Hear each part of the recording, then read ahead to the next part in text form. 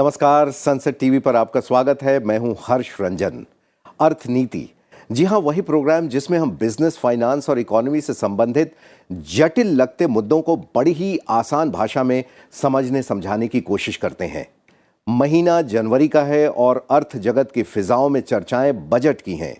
अखबारों के पन्ने, सोशल मीडिया के ट्रेंड, सभी कुछ बजट की बातें कर रहे हैं। कैसा होगा इस बार का आम बजट? क्या कुछ होगा आम जनता के लिए खास?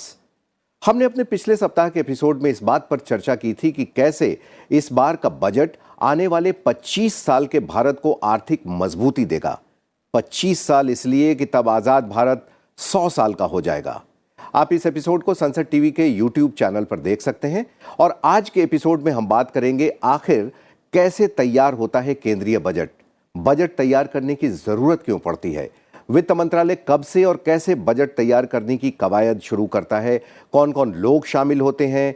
क्या प्रक्रियाएं अपनाई जाती हैं? क्या चुनौतियां पेश आती हैं? और किन चरणों में तैयार होकर संसद में पेश किया जाता है केंद्रीय बजट? हमारे साथ दो बेहद खास मेहमान मौजूद हैं स्टूडियो में। हमारे साथ हैं वेद जैन जी। वेद जैन पूर्व अध्यक्ष हैं ICAI के और फाइनेंस से संबंधित मुद्दों पर बारीक नजर रखते हैं। हमारी दूसरी मेहमान है मोनिका हलन। मोनिका, आपका बहुत बहुत स्वागत है। मोनिका लेखिका हैं, फाइनेंस पर किताबें लिखती हैं, मनी पर किताबें लिखती हैं और साथ में आर्थिक विश्लेषक भी हैं। तो सवाल आपसे ही शुरू करता हूं मोनिका कि ये आम बजट क्या होता है? जैसे बजट हम घर के लिए भी बनाते हैं कि भाई इस महीने हमारे इतने खर्चे होंगे, स्कूल की फीस है, ट्रांसपोर्ट में है, राशन है, ये है और हमारी एक सैलरी का इनकम है। अक्सर यही होता है कि जो खर्चे होते हैं वो ज़्यादा होते हैं, सैलरी से इनकम कम होता है, फिर हम कहीं से लोन लेते हैं या खर्चों में कटौती करते हैं और इसी तरीके से चलता है। ये तो घर के बजट की बात हो गई, लेकिन ये पूरे देश का जब बजट बनाया जाता है और हर साल पेश किया जाता है, इसे कैसे हम समझने की कोशिश करें? जो व्यक्तिगत रूप का बजट होता है उसमें इतनी गुंजाइश नहीं होती कि आप साल दर साल आपकी व्यय ज़्यादा है और आय कम है, तो वो तो फिर इंसॉल्वेंसी या दिवालिया निकलने वाली बात हो जाती है। सरकार का थोड़ा अलग होता है। उनका जो बजट मेकिंग है वो एक वार्षिक बही खाता है कि किस तरह से जो सरकार को पैसा खर्च करना है वो कहाँ से आएगा, इसका लेखा जोखा होता है। और अगर ये शुरू में ना पता लगे, सरकार का अगर कोई प्लान नहीं हो, तो हर मिनिस्ट्री को नहीं पता होगा कि वो कितना खर्चा कर सकती है। और अगर सरकार को ये नहीं पता है, कोई एस्टिमेट नहीं है कि कहाँ कहाँ से पैसा आ रहा है, तो देश चलाने की जो प्रक्रिया है वो बहुत मुश्किल हो जाती है। तो यही समझ सकते हैं कि एक वार्षिक बही खाता है कि कहाँ से पैसा आ रहा है और कहाँ पे जाएगा, और जो उसका गैप है, जो डेफिसिट जिसको कहते हैं, कितना बड़ा होगा, उसको कैसे फाइनेंस करेंगे। ये तो एक ऊपर जैसे कहते हैं 30,000 फीट। पर एक बार जो बजट कहानी बताता है वो ये बताता है कि आपकी जो सरकार की जो आय है कहाँ से वो आ रही है। डायरेक्ट टैक्स है, इनडायरेक्ट टैक्स है। तो भारत में ग्लोबली ये है कि जो डायरेक्ट टैक्स है उसको हम प्रोग्रेसिव टैक्स कहते हैं। जैसे जैसे आपकी इनकम बढ़ती है उसका आपका टैक्स का दर जो है वो बढ़ता चला जाता है, इसको प्रोग्रेसिव टैक्स कहते हैं। तो और जो इनडायरेक्ट टैक्स होता है वो हर एक के ऊपर उतना ही बैठता है। तो ये कोशिश, जैसे सरकार की ये कोशिश रहती है कि डायरेक्ट टैक्स जो इंडिविजुअल्स देते हैं, कॉर्पोरेट्स देती हैं, उसका थोड़ा प्रोपोर्शन ज़्यादा रहे। पर इनडायरेक्ट टैक्स जो GST हुआ है उसमें भी ये कोशिश कर रहे हैं कि डिफरेंट रेट्स में उसको भी प्रोग्रेसिविटी के लिए लाएं कि जो गरीब लोग जिसको ज़्यादा कंज्यूम करते हैं उस पर 0 या 5% हो। AC है और कार है उस पर 28% है। तो ये देख के समझ आता है कि कहाँ से पैसा आ रहा है और किस चीज़ के ऊपर व्यय है, कहाँ पे स्पेंड कर रहे हैं। हेल्थ है, एजुकेशन है, इंटरेस्ट पेमेंट पे कितना जा रहा है, सैलरीज में कितना जा रहा है, तो वो उसका जब विश्लेषण करते हैं तो और कहानी पता लगती है। जी जी, मोनिका की बात को आगे बढ़ाते हैं विद जी। ये जो बजट की प्रक्रिया है सरकार के लिए तो बड़ा पेचीदा काम होता होगा। आपने बहुत क्लोजली मॉनिटर किया है इस चीज़ को कि कैसे डेफिसिट को कैसे मैनेज करें। खर्चे बहुत हैं, ग्रोथ भी चाहिए, इन्फ्लेशन को भी कंट्रोल करना है। आप बजट को कैसे समझाएंगे? देखिए, जैसे मोनिका जी कह रही थी, एक बजट एनुअल एक्सरसाइज है। किसी भी एक अच्छे प्रशासन के लिए ये ज़रूरी है कि वो आगे का अनुमान लगा के चले, और बजट एक अनुमान है अगले साल का कि भाई मुझे क्या खर्चा मेरी करना ज़रूरी है और क्या मेरी साधन है।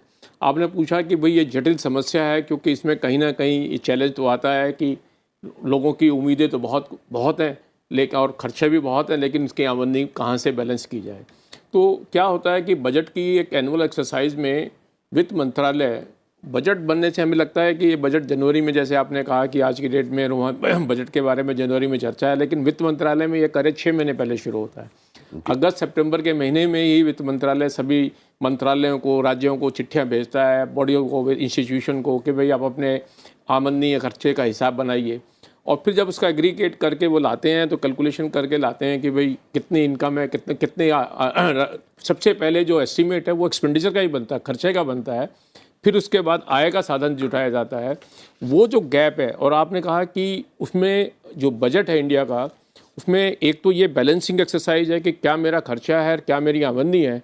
साथ के साथ उसमें सरकार और वित्त मंत्री जी अपने देश की ग्रोथ को, इकॉनमी को आगे बढ़ाने के लिए, एम्प्लॉयमेंट जनरेट करने के लिए, आगे की जीडीपी ग्रोथ देने के लिए, इंडस्ट्री को बढ़ावा देने के लिए, उसके लिए बहुत सारी स्कीम प्रोजेक्ट में माइंड लाई जाती हैं कि क्या किया जाए जिससे कि इस बजट में एक दिशा दी जाए। और जो आपने शुरू में कहा, अभी हमने 75 वर्ष पूरे किए हैं और हम 100 साल पूरे करेंगे 25 साल में, तो हमें अब ये बजट में सोचना है कि हम जो आज कर रहे हैं, जो हमें कहाँ निवेश करना चाहिए, किस एरिया को प्रमोट करना चाहिए, वो खर्चे करने चाहिए, वो सारी उसमें आती हैं। तो एक बार जब वो अपनी एक्सरसाइज पूरी हो जाती है कि मेरा कहाँ की खर्चा कितना करना है, कितनी आमदनी है, उसके बाद सबसे जटिलता शुरू होती है कि मेरा गैप कितना है। ऐसे आपने कहा कि खर्चा ज़्यादा, आमदनी कम, वो डिफरेंस, तो उसके लिए हम जिसे डेफिसिट को फिस्कल डेफिसिट कहते हैं, जो हम लोन बोरोइंग करती है सरकार, कुछ हद तक वो बोरोइंग ज़रूरी है, क्योंकि विकासशील देशों के लिए अपनी ग्रोथ करने के लिए और अपने एम्प्लॉयमेंट अपॉर्चुनिटी बढ़ाने के लिए सरकार खर्चा ज़्यादा करती है ताकि लोगों को प्रोत्साहन मिले और आगे ग्रोथ हो। लेकिन उससे महंगाई के ऊपर भी असर पड़ता है। तो एक सामंजस्य बनाया जाता है, बैलेंस बनाया जा रहा है। आपने देखा होगा वित्तीय वर्ष 2020-21 में जिस समय कोविड की प्रॉब्लम आई, तो उस समय आमदनी गिर गई, खर्चा उतना रहा, तो वो फिस्कल डेफिसिट बहुत बड़ा। तो ये बहुत सारे इश्यूज हैं, जटिलता होती है, लेकिन वित्त मंत्रालय इनको आहिस्ता आहिस्ता करके एक एक करके जिसे जो उलझी चीज़ें उनको सुलझाता है, आमदनी बढ़ाने की कोशिश करता है, खर्चे पे भी कुछ कंट्रोल करता है। लेकिन मेन मुद्दा ये होता है कि अगले साल की व्यवस्था सुदृढ़ रूप से चले। आपसे ये जानना चाहेंगे कि एक रिवाइज्ड एस्टिमेट होता है और एक जो होता है आपने बजट में प्रपोज किया है, तो इन दोनों के बीच का फर्क क्या है, budget estimates and revised estimates? क्या होता है, जैसे वित्त मंत्री जी ने 22-23 का बजट पेश किया 1 फरवरी 2022 को, और उसमें इन्होंने अपने एक एस्टीमेट लगाए कि 22-23 में मेरा जो खर्चा है और इनकम है वो ये होने वाली है। लेकिन जब वो 23-24 का बजट 1 फरवरी 2023 को पेश कर रही होंगी, तो उनको लगा कि जो मैंने 22-23 की जो फिगर दी थी, जी जी, और आज तक जो पिछले 10 महीने का हिसाब लगाने के बाद लगा कि उसमें कहीं ना कहीं चेंज आ रही हैं, तो वो 22-23 के बजट को एक रिवाइज एस्टीमेट के रूप में पेश करती हैं कि देखिए ये मेरा बजट था 22-23 का, और 22-23 में मेरे बजट के आगे ये लगभग अनुमान है, एस्टीमेट है कि रिवाइज एस्टीमेट ये आने वाले हैं। और वो एक 23-24 का उस रिवाइज, क्योंकि अब फिगर बदल गई, 10 महीने पहले क्या फिगर थी वो 10 महीने बाद फिगर बदल गई, उसको रिवाइज एस्टीमेट कहते हैं। उसके बाद वो अगले साल की फिगर 23-24, क्योंकि जब वो बजट कोई भी देखेगा जो बनाने लगता है, वो अब 22 में जो 1 फरवरी की फिगर है उसके ऊपर नहीं जाएंगे, वो कहेंगे रिवाइज एस्टीमेट पे क्या फिगर बन रही है। जैसे हमने देखा होगा इस साल में डायरेक्ट टैक्स की कलेक्शन बहुत अच्छी आ रही है, जीएसटी की कलेक्शन जो हमने बजट में की तो उससे ज़्यादा अच्छी आ रही है, तो वो रिवाइज में आएंगी।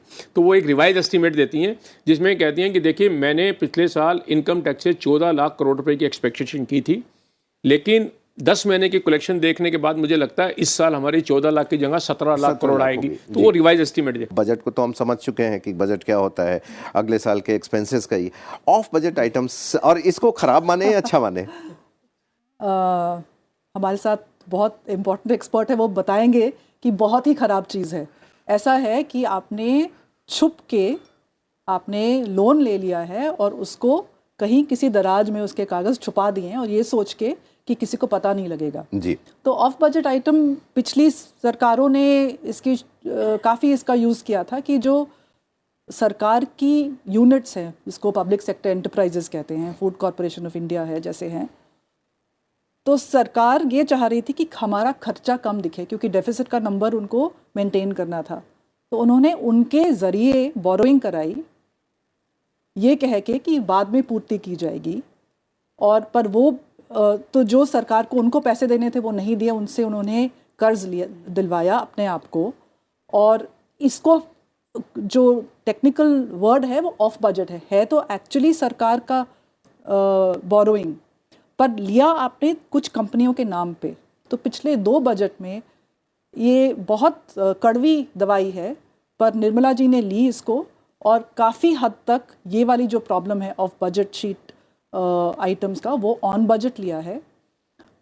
इसमें प्रॉब्लम ये होती है कि हम जान नहीं सकते हैं कि एक्चुअली डेफिसिट क्या है, कितनी स्ट्रॉन्ग इकॉनमी है, क्या हमारी प्रॉब्लम्स हैं। तो गलत नंबर देख के आप दिलासा तो दे सकते हैं लोगों को, पर जो एक्सपर्ट्स हैं उनको पता है कि ये बैठा हुआ है यहाँ पे ऑफ बजट आइटम, और उसकी वजह से जो बजट में विश्वास है वो कम होता है। मतलब कई सरकारों ने पहले शायद ऐसा किया हो कि जनता का विश्वास जीतने के लिए या बहुत साफ सुथरा या ये दिखाने के लिए किया हो, लेकिन इसका असर आपके कुछ मेकअप करके जो कुछ खराब चीज़ है उसको आपने ढक लिया है, पता दिख रहा है कि आज नहीं तो कल अगर ऐसी चीजें हैं तो वो दिखेंगी और फिर उसको करेक्शन की जरूरत होती है। इस पे आप कोई टिप्पणी करना चाहेंगे? देखिए, क्या होता है कि एक बजट एक डॉक्यूमेंट है जिसमें विश्वास होना बहुत ज़रूरी है, क्योंकि आप देखते हैं कि 1 फरवरी को जब बजट पेश हो रहा होता है, सारे देश की निगाहें, 135 करोड़ देश की जनता की निगाहें वित्त मंत्री पे लगी हुई हैं, और उसमें हर आदमी को उम्मीद होती है कि इस बजट में मुझे कुछ ना कुछ मिले। और जब आप वित्त मंत्री जी की स्पीच सुनते हैं तो आप देखिए, वित्त मंत्री जी भी सभी का ध्यान रखती हैं, वो हर क्षेत्र के ऊपर आती हैं। रूरल इकॉनमी पे भी आएंगी, एग्रीकल्चर पे भी आएंगी, इंडस्ट्री पे भी आएंगी, फिनेंस पे भी आएंगी, एक्सपोर्ट पे भी आएंगी। वो सभी लोगों के लिए कोशिश करती हैं करने में। लेकिन आदमी की एक ऐसी इच्छा जो कभी पूरी नहीं होती, जैसे हम कहते हैं ये दिल मांगे मोर, तो वो एक इच्छा बड़ी लगी रहती है और वो एक वित्त मंत्री की मजबूरी होती है। तो वो बजट में उसको कैसे एड्रेस किया जाए वो एक तरीका होता है। और जैसे मोनिका जी ने ठीक कहा कि ऑफ बजट की, जो मैं टेक्निकल लैंग्वेज में कहता हूँ, वो आइटम आमद इनकम की और खर्चे की जो बजट के अंदर नहीं है और बजट से बाहर है, उसको हम ऑफ बजट आइटम कहते हैं। बिल्कुल। और जैसा कि हमने बताया था कि बजट कैसे तैयार होता है, इस पे हम चर्चा करेंगे। वेद जी ने अपने पिछले वक्तव्य में बताने की कोशिश की है, हम एक ग्राफिक्स के माध्यम से इसको देखते हैं 10 आसान स्टेप्स में कि बजट पेश कैसे होता है, कैसे तैयार किया जाता है बजट। 5-6 महीने पहले वित्त मंत्रालय इसकी प्रक्रिया शुरू कर लेता है। सबसे पहले परिपत्र जारी किया जाता है, फिर खर्चों का अनुमान होता है, फिर राजस्व का अनुमान लगाया जाता है, आय और व्यय की जांच की जाती है, और सबसे इम्पॉर्टेंट घाटे का अनुमान फिर लगाया जाता है। एक स्टेप इसके बाद होता है कि घाटे को किस तरीके से कम किया जाए, जो मोनिका अभी बात कर रही थी। इसके बाद राजस्व का आवंटन होता है। 8वां स्टेप अगर हम माने, बजट पूर्व विमर्श होता है इंडस्ट्री बॉडीज़ के साथ। फिर मांगों पर अंतिम फैसला होता है और अंत में बजट पेश किया जाता है। तो ये 10 आसान स्टेप्स में हमने ये समझने की कोशिश की कि बजट पेश कैसे होता है। मोनिका, आपने कई बजट देखे हैं पिछले, हम बताएं 1-2 दशकों से लगातार आप बजट देख रही हैं। सरकार के बजट पेश करने के तरीके में अभी आपने एक अंतर बताया कि ऑफ बजट आइटम्स को रख लेते थे, और ये अब निर्मला जी ने कड़वी घूंट लेते हुए पिछले इस बजट से लिया।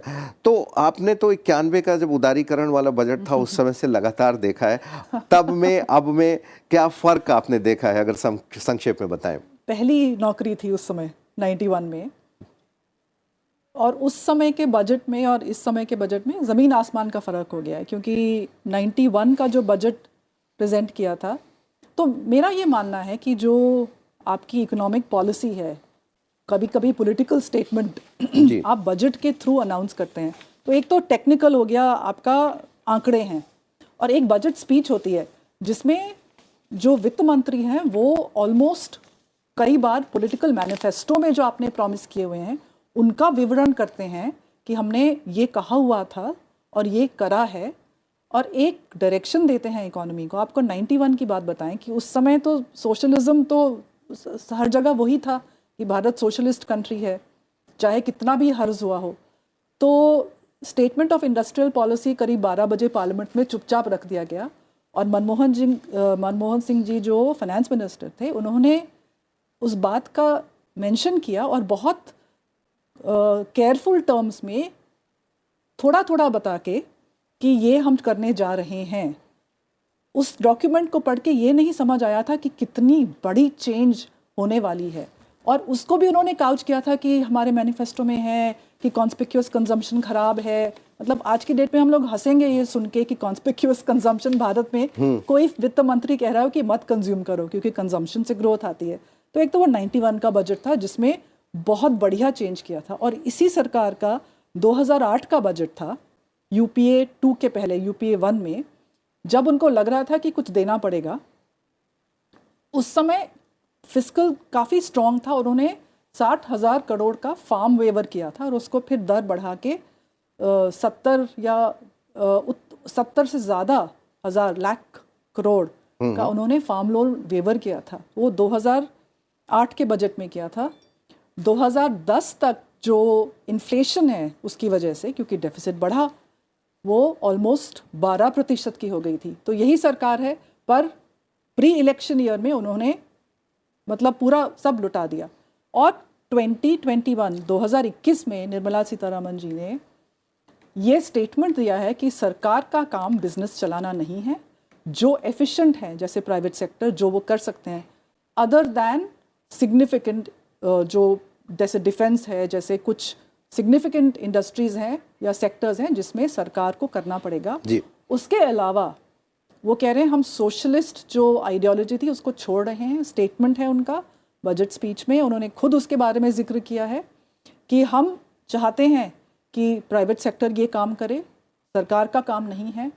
तो ये अनाउंसमेंट्स होते हैं बजट के। एक चीज़ और है, अनाउंसमेंट करना और उसको लेजिस्लेशन में बदलना, वो दो चीज़ें अलग होती हैं। प्रणब मुखर्जी थे, बहुत बढ़िया बजट स्पीच होती थी, सब कुछ लिखते थे, ये पिलर, 2 पिलर, 4 पिलर, उसका लेजिस्लेशन आता था।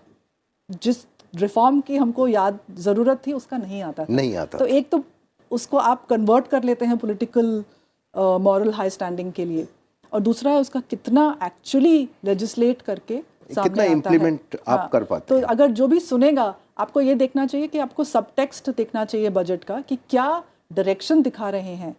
क्योंकि ये वाली जो ये वित्त मंत्री हैं वो कह रही हैं कि मैं एंटाइटलमेंट नहीं, एम्पावरमेंट चाहती हूँ। बिल्कुल वो है ना, to teach a man fishing और गिव हिम फिश। तो वो चाहते हैं कि आपका इंडिपेंडेंट बने, आपको ये चीज़ें दी जाए। तो उसका हमको ज़रूर सुनना चाहिए इस बजट स्पीच में कि कंटिन्यूएशन है, क्योंकि कुछ लोग कह रहे हैं प्री इलेक्शन ईयर है। मेरा ये मानना है कि मुझे नहीं लगता कि वो फिस्कल कोई भी इम्प्रूडेंस का काम करेगी ये सरकार। इतनी मुश्किल से ट्रैक पे आया है, मुझे नहीं लगता कि इलेक्शन है अगले साल इसलिए बजट को ये लोग छेड़ेंगे। और वित्त मंत्री लगातार कह रही हैं कि हम एम्पावरमेंट करेंगे, और हमारे दर्शक आप जब वित्त मंत्री का भाषण सुने तो ये समझते हुए सुने कि वित्त मंत्री के भाषण में 2 भाग होते हैं, पार्ट ए और पार्ट बी। पार्ट ए में हर सेक्टर में आवंटन का मोटे तौर पर जिक्र होता है, इनके लिए सरकार की नई योजनाओं का ऐलान होता है, इससे सरकार की नीतिगत प्राथमिकताओं का पता चलता है। पार्ट बी में सरकार के खर्च के लिए पैसा जुटाने के लिए टैक्स से जुड़े प्रस्ताव होते हैं, यानी आम बजट में सरकार की आर्थिक नीति की दिशा दिखाई देती है। वेद जी, आपसे जानना चाहेंगे, एक बड़ी चुनौती है, अब समय कम है हमारे पास, संक्षेप में समझाएंगे कि ये फिस्कल डेफिसिट को मैनेज करने के लिए सरकार क्या करती है। फिस्कल डेफिसिट और रेवेन्यू डेफिसिट में फ़र्क क्या है? देखिए, जो बजट होता है उसमें 2 तरह के खर्चे होते हैं। एक रेवेन्यू एक्सपेंडिचर होता है, कैपिटल एक्सपेंडिचर होता है। कैपिटल एक्सपेंडिचर वो होता है जिसमें असेट्स बनती हैं, जिसमें सरकार का कहीं निवेश है या कोई आइटम आ रही है या इन्वेस्टमेंट हो रही है या कोई प्रोजेक्ट क्रिएट किए जा रहे हैं, हम उसको कैपिटल एक्सपेंडिचर कहते हैं। रेवेन्यू एक्सपेंडिचर ये होता है कि जो डे टू डे खर्चा है, जैसे इंटरेस्ट हैं, सैलरीज हैं, ग्रांट हैं, सब्सिडियाँ, हम इसको रेवेन्यू मानते हैं। तो जो डेफिसिट रेवेन्यू इनकम और रेवेन्यू एक्सपेंडिचर के बीच में डिफरेंस होता है उसको हम कहते हैं revenue deficit. Fiscal deficit overall होता है कि सरकार की टोटल रिसीट्स क्या रहेंगी ड्यूरिंग द ईयर में, चाहे वो टैक्स से आएँ या डिसइन्वेस्टमेंट से आएँ या कोई और साधन से आएँ, और सरकार का टोटल खर्चा कैपिटल रेवेन्यू मिला के क्या होगा, और उनमें जो डिफरेंस है उसको हम कहते हैं फिस्कल डेफिसिट। उसको गैप करने के लिए सरकार बोरिंग करती है। और ये फिस्कल डेफिसिट को हमेशा जीडीपी के टर्म में परसेंटेज से इसलिए देखते हैं? कहा जाता है कि मैंने जैसे कहा कि किसी भी चीज़ के टेस्ट को अच्छा करने के लिए उसमें नमक होना जरूरी है।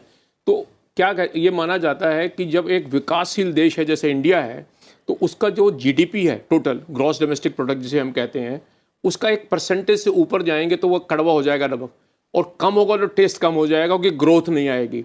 तो जैसे हम कह रहे हैं हमारी आज की डेट में अर्थव्यवस्था लगभग जो $3 ट्रिलियन पहुंच गई है, और 80 रुपये डॉलर से लगाएं तो 240 लाख करोड़ के करीब हो गई है। तो 240 लाख करोड़ में हम ये मान के चलते हैं 3 से 4% का अगर फिस्कल डेफिसिट आता है तो वो मान के हम चलते हैं कि ये एक अच्छा है, ठीक रहेगा। इससे ऊपर जाता तो हमें मानते हैं कि इससे एक महंगाई आएगी और सरकार को कहीं चैलेंज आएंगे। तो जब मैं 3 या 4% की कैलकुलेशन करूंगा लगभग 10 लाख करोड़। हाँ, अगर 10 लाख करोड़ रुपए तक का घाटा आता है, तो जैसे अपना पिछला बजट आप देखेंगे, हमारा बजट था तो लगभग 37 लाख करोड़ 38 लाख करोड़ का, हाँ, टू बी तो प्रिसाइज वो हमने 39 बनाया था। लाख करोड़। और हमने ये भी सोचा था कि शायद ये वर्ष चैलेंजिंग होगा, लेकिन मुझे ऐसा मानना है कि इस वर्ष जो वित्त मंत्री जी ने 22-23 के बजट में वित्तीय घाटा रखा था, 22-23 के रिवाइज एस्टीमेट में उससे कम आएगा, क्योंकि अब की बार कलेक्शन बहुत अच्छी आ रही है। सब्सिडी का बिल बढ़ा है लेकिन टैक्स की कलेक्शन बहुत अच्छी है। तो वित्तीय घाटा, फिस्कल डेफिसिट एक अच्छी चीज़ भी है, लेकिन एक बियॉन्ड के बाद अच्छी नहीं है, एक उसके नीचे भी अच्छी नहीं है। विकास के लिए बहुत ज़रूरी है। टैक्स इस साल अच्छे रहे हैं, अच्छे टैक्सेशन से आए हैं पैसे, लेकिन इसका दायरा और बढ़े, इसके लिए हमें क्या करना होगा? देखिए, दो बातें बड़ी अच्छी हैं। जो पॉलिसी होती हैं सरकार की, वो बड़ा मदद करती हैं टैक्स की कलेक्शन में। जो अभी पिछले दिनों में जो चेंजेस लाए गए और जिस ढंग से, दो कहूँगा, एक पॉलिसी में और एक एनफोर्समेंट मैकेनिज्म को इम्प्रूव किया गया, तो इनकम टैक्स में आप देखिए वो इंडिकेशन दे रहा है कि आपकी इकोनॉमी राइज कर रही है, तो इसलिए आपकी ग्रोथ वो आ रही है। जीएसटी ने 3 चीज़ें बड़ी अच्छी हुई। एक, एनफोर्समेंट मैकेनिज्म इम्प्रूव कर दिया गया। एक, जो नया सिस्टम डाला गया ईवे बिल का, ये सिस्टम डालने का, वो कंप्लायंसेस बहुत बढ़िया इम्प्रूव कर गए। और जो आपने पॉलिसी में चेंज किया ओवरऑल इकोनॉमी को इनकरेज करने के लिए, उससे बड़ी ग्रोथ आई है। अब मैं मानता हूँ 2022-23 में 2 साल की हमारे 20-21 के लोगों की परचेज रुकी हुई थी। बहुत सारे सेक्टर बंद थे, एजुकेशन के स्कूल बंद थे, एंटरटेनमेंट के साधन बंद थे, वो सारे आज की डेट में, होटल, टूरिज्म, वो सब खुल गए। तो उससे जो आज की डेट में ग्रोथ आ रही है, इंडिया का सबसे बड़ा एडवांटेज है कि जो कई बार कहते हैं पॉपुलेशन कभी कभी लगता है बुरी है, लेकिन हम उसको हार्नेस कैसे करें, एडवांटेज कैसे यूज़ करें। We are mass consumption based economy, उसकी ग्रोथ है और वो टैक्सेज आ रही हैं। अगर जो मैं एक फिगर देखें, अगर 91 बजट और 2022 के बजट को अगर कैलकुलेशन लगाएं, 91 के बजट में टोटल इनकम टैक्स की कलेक्शन 9,000 करोड़ आती थी, और आज की डेट में 14 लाख करोड़ आती है। तो आप लगाइए अंदाजा हम कहाँ पहुंच गए 30 साल के अंदर उसके बारे में। बिल्कुल मोनिका, सोशलिज्म कैपिटलिज्म का फर्क समझ आ गया जी जी, सिर्फ टैक्स कलेक्शन का आंकड़ा देखकर। हाँ, मोनिका, हम ये कह रहे थे कि इस बार के बजट से, ये आखिरी सवाल है चूंकि वक्त अब लगभग खत्म होने पर है, इस बार के बजट से आपको व्यक्तिगत क्या उम्मीदें हैं? आप लगातार पर्सनल फाइनेंस पे भी बुक लिखती हैं, आम जनता को फायदा हो, क्या लग रहा है आपको? जो एक बड़ी चीज़ थी जिसके लिए लोग देखते थे बजट को कि सिगरेट पे दाम ऊपर होगा, नीचे होगा, क्या होगा, वो जीएसटी ने सारा वो पूरा खत्म कर दिया। अब सिर्फ बचा है व्यक्तिगत रूप से ये देखना कि टैक्स में कोई चेंज आएगा कि नहीं। मेरे हिसाब से कोई गुंजाइश नहीं है इस वक्त जी टैक्स का दर कम करने में। जो भारत का मार्जिनल टैक्स रेट है हाईएस्ट, वो 42.7 है, जिसकी आमदनी आई थिंक 5 करोड़ से ज़्यादा की है। ठीक है, तो बहुत ऊंचा दर है, पर अभी भी लो मिडिल इनकम कंट्री है, तो मुझे नहीं लगता कि जो सरचार्ज लगाया है टैक्स के ऊपर उसमें कटौती आएगी। अगले 5 साल में हो सकता है कम करे, पर शायद इस वक्त जो एक 10 से 50 लाख तक एनुअल इनकम पे सर्विस क्लास है, मुझे नहीं लगता इस समय कुछ करेंगे। उन्होंने 2 बजट पहले एक रास्ता दिया था कि आप डिडक्शंस वगैरह कम कर लो, एग्जेम्पशंस डिडक्शंस कम कर लो, तो आपको थोड़ा सा लोअर रेट का टैक्स देने का की सुविधा है। आप सहमत हैं? देखिए, मेरा ऐसा मानना है कि जो बजट से उम्मीदें हैं वो 3 चीज़ें मैं मानता हूँ। एक तो वो जो सरचार्ज है ऊंचे रेट का, वो शायद इस बार लिवरेज मिल सकता है कुछ करने का। क्योंकि उससे मैं जो अगर टैक्स कम करते हैं तो ग्रोथ आती है, मेरा मानना है, और कलेक्शन बढ़ती है। दूसरा, 2.5 से 5 लाख लोगों को उम्मीद है, लेकिन सरकार की कंसर्न है कि वो अगर बढ़ाते हैं तो वो दायरा जो आज की डेट में जो टैक्स पेयर का है वो कम होता है, तो शायद सरकार उसमें नहीं कर पाए। लेकिन जो एक मेन जहाँ एक स्कोप है, वो जो 10 लाख से ऊपर इमीडिएटली हाईएस्ट स्लैब 30% का पहुंच जाता है, तो उस 10 लाख वाले को उठा के 15 या 20 लाख पे ले जाया जा सकता है, जो एक राहत दी जा सकती है मिडिल क्लास इनकम वालों को। उसमें क्या है कि परचेजिंग पावर, लोगों के हाथ में पैसा बढ़ेगा, और उससे भी सरकार की कलेक्शन बढ़ती है, क्योंकि एक हाथ से आप देते हैं तो दूसरे हाथ से सरकार को टैक्स की कलेक्शन आ जाती है। बिल्कुल, दैट्स ए इंपॉर्टेंट इशू, वो आ सकता है। बिल्कुल बिल्कुल। आज वक्त खत्म हो रहा है, आज की अर्थनीति में इतना ही। अपने दर्शकों की भारी मांग पर बजट तक हम अर्थनीति बजट स्पेशल रोज लेकर आएंगे, और हिंदी और अंग्रेजी दोनों में आप इसे देख पाएंगे। फिलहाल आप दोनों मेहमानों का बहुत बहुत शुक्रिया। नमस्कार।